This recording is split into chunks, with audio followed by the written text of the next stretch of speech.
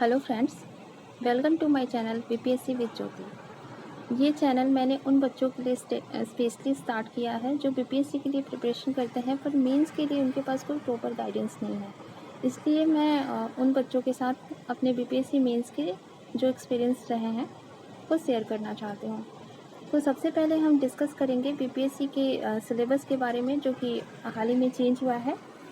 उसमें मेनली जो होते हैं GS1, GS2, एसी का पेपर शामिल हुआ है, हिंदी का जो क्वालिफाइंग नेचर का पेपर होता है और ऑप्शनल का पेपर जो कि ऑब्जेक्टिव भी है, क्वालिफाइंग नेचर का।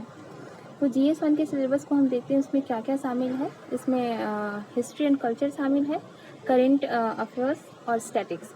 हिस्ट्री एंड कल्चर के पार्ट में जो शामिल है जैसे आर्ट एंड कल्चर, उसमें मौर्य कला, पाल कला, पटना कला, मधुबनी चित्रकारी और जो भी विविध टॉपिक्स आते हैं। आधुनिक भारत के इतिहास में प्रमुख विद्रोह जैसे जनजातीय विद्रोह हो गए, संथा मुंडा विद्रोह हो गया।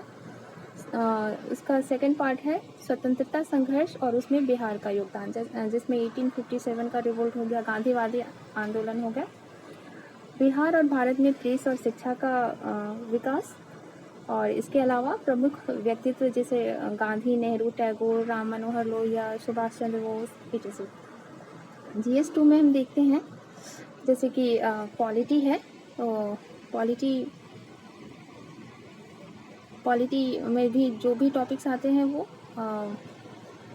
बिहार और भारत की अर्थव्यवस्था, बिहार और भारत का भूगोल और साइंस टेक। नेक्स्ट है एसे, जो कि 300 नंबर का होता है।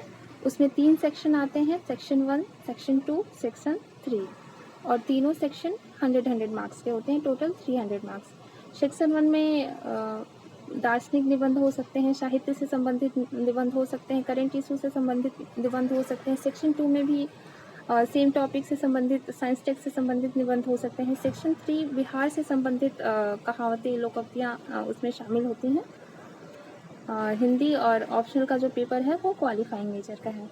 तो ये हो गया बीपीएससी का सिलेबस जो कि हमने डिस्कस कर लिया, और आगे के क्लासेस में, आगे के वीडियोस में हम डिस्कस करेंगे अदर टॉपिक्स के बारे में। जैसा भी आप लोग बोलेंगे हम कुछ मॉडल आंसर भी दिखाएंगे बीपीएससी मेंस का जो मैंने लिखा हुआ है और न्यू सिलेबस के हिसाब से। तो आप जैसा भी बोलेंगे, अगर कोई टॉपिक बोलेंगे तो मैं अपने नोट्स या उसके ऊपर जो भी वीडियोज़ होंगे मैं बनाऊँगी। Thank you so much.